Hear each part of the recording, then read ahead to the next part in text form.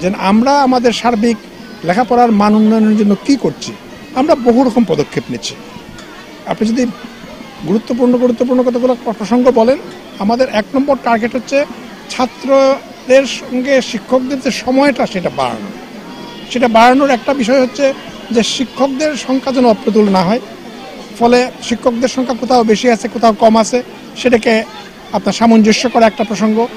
শূন্য পদগুলো পূর্ণ করা, আমাদের উপর লেভেলে কিছু শূন্য পদ রয়ে গেছে সেগুলোকে পূর্ণ করা, হয় পদোন্নতির মাধ্যমে নিয়োগের মাধ্যমে।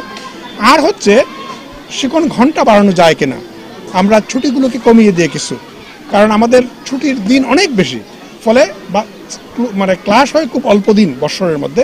এটাকে আমরা অ্যাড্রেস করার চেষ্টা করব। আমি আশা করি এর মাধ্যমে আমাদের এই পড়াশোনার মান উন্নয়নের যে উদ্যোগগুলো সেগুলা সফল হবে।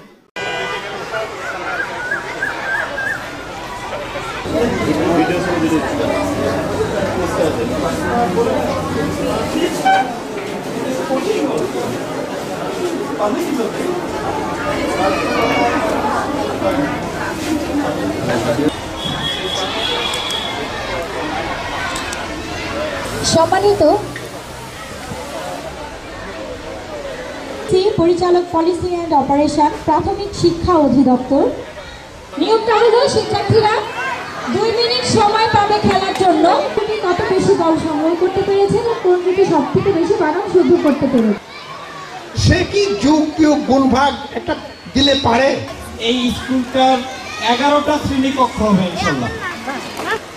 তাদেরকে চিহ্নিত করে তাদের যদি বর্ণমালা এবং বাচ্চারা চেষ্টা করছে তাদের একবারে লেভেল। মন্ত্রণালয়ের মাননীয় উপদেষ্টা উপস্থিত আছেন, প্রাথমিক ও গণশিক্ষা মন্ত্রণালয়।